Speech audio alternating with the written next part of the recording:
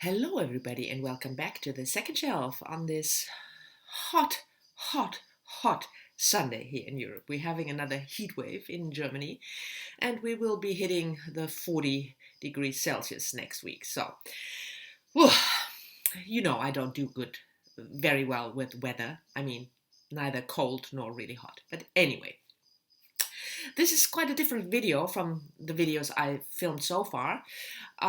If you're following BookTube, you probably noticed that Adam from Memento Mori is back after an unallowed absence of almost 6 months or more than 6 months. He is back, and the latest video he filmed, you will find a link down below.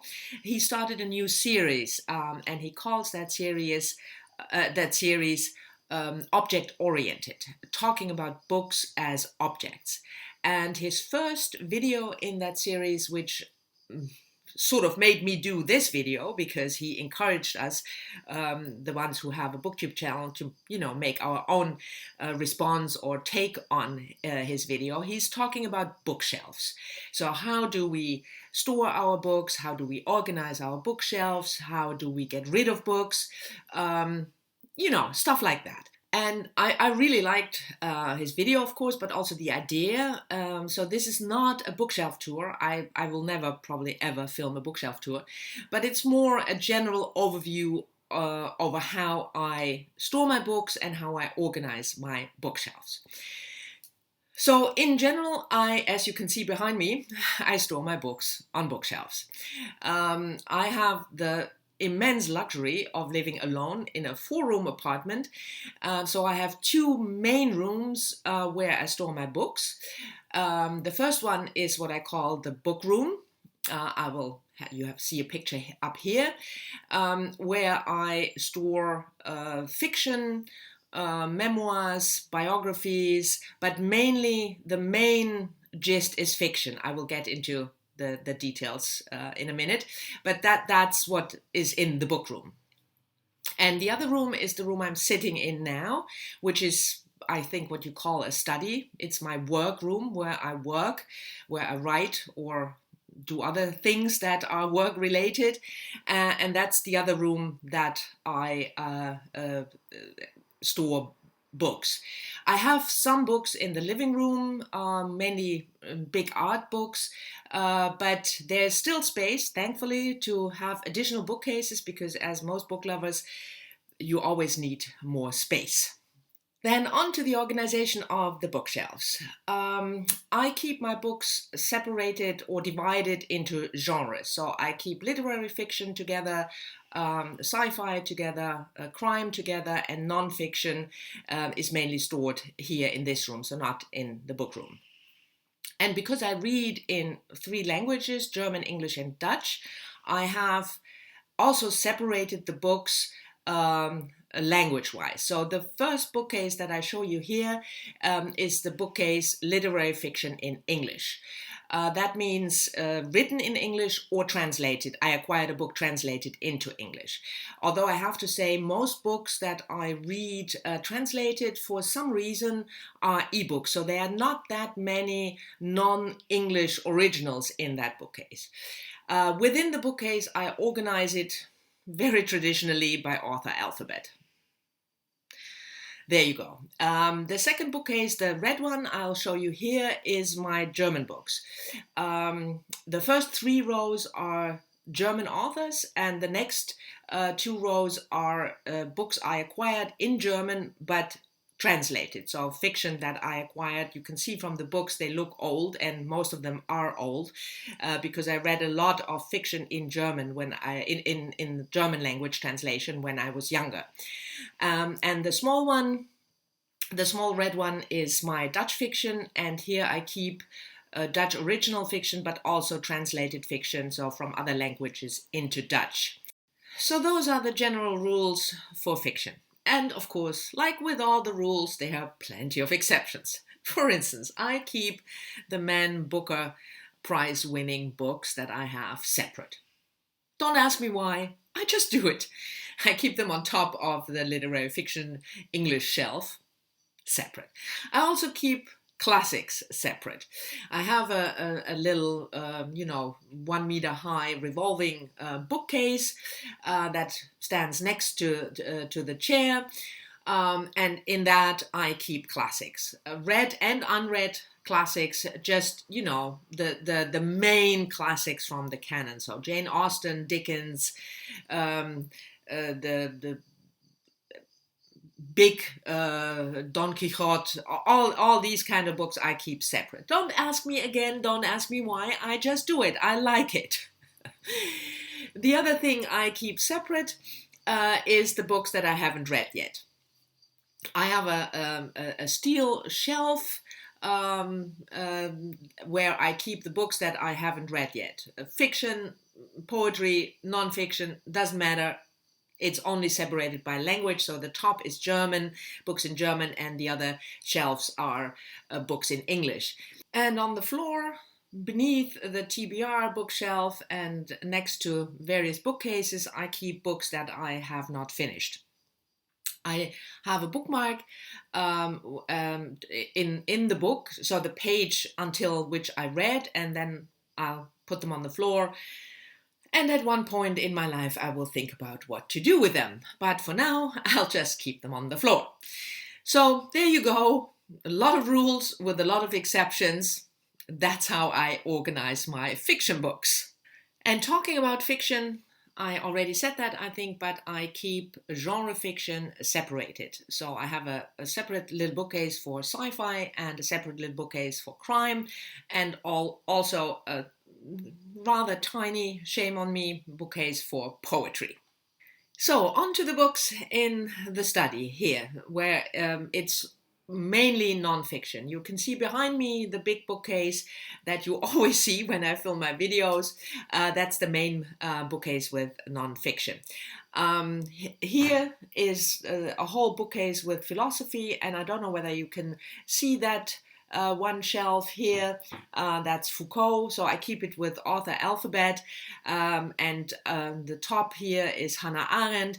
So those are, philosophers that I'm really interested in. I collect most of their works.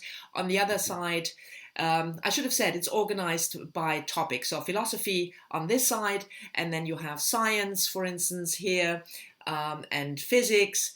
And here you have German history, mainly World War II, Holocaust, 2 shelves with Thomas Mann, all the books that I collected and read when I wrote my first novel, because it's a novel about Thomas Mann, so I did a lot of research, essays, Islam here, so separated by topic and then author alphabet.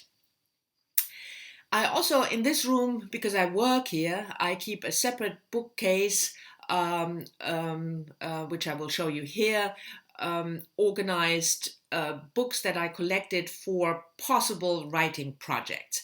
So I have a whole shelf with books about Faust, and because I'm thinking of maybe writing something, making a book about that, and a whole shelf about brain and books about brain, fiction and nonfiction, because that's another book project that I'm thinking about.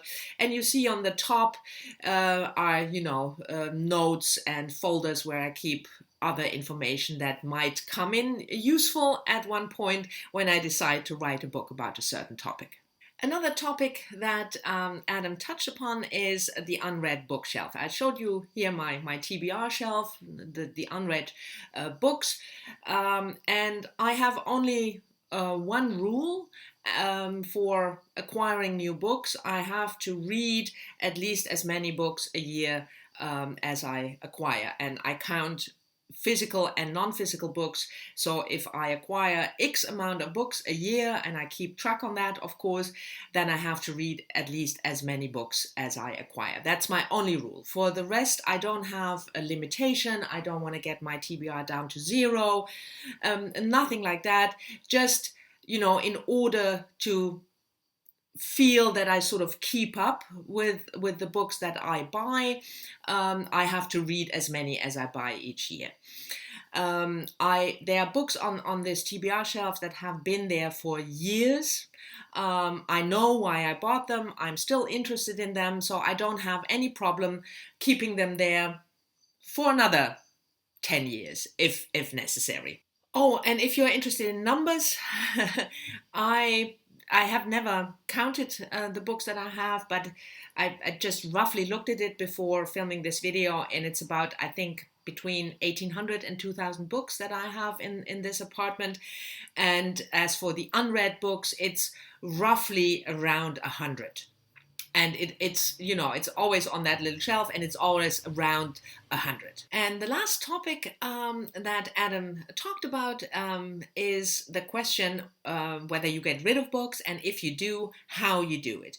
He told us in his video that he does a book purge, as he calls it, twice a year, in January and in the summer, and each time he gets rid of 20 to 30 books. I don't get rid of books. I mean, I didn't keep my childhood books. They were at my parents' place when I moved out, and they got rid of them when they moved. But since I live on my own, I don't get rid of books. Normally, there were 2, maybe 3 times in my life when I moved that I had a couple of books, or a fair amount, I think between 50 and 100 books, that I got rid of. But normally I don't get rid of books. And I think that there are 2 types of book buying habits. The one is the collecting, and the other one is the documenting. Oh no, there are actually 3. You have collecting, documenting, and then you have Steve Donahue. He's a category all by himself. But collecting and documenting. And by collecting, I mean that you really curate, like in a museum, your collection of books. You look at them and whether you want to keep them, and in regular times you purge the books that they don't, as Adam says, deserve a place on your bookshelf. I'm a documenter. That means the books are part of my way of documenting my life. So they are part of it. Whether I read them, whether I liked them, whether I hated them, they are still part of it. It's like, relationships, bad relationships, ex-boyfriends. You get, of course, you separate, but you can never erase the experience from your life. And that's how I see my books. They all part of my life. That's why I call them documenting. And if you look at Adam's bookshelves, I hope, Adam, you don't mind, I made a screenshot of your beautiful orange metal bookshelf. You can see what I mean. The bookshelf itself is almost a piece of art.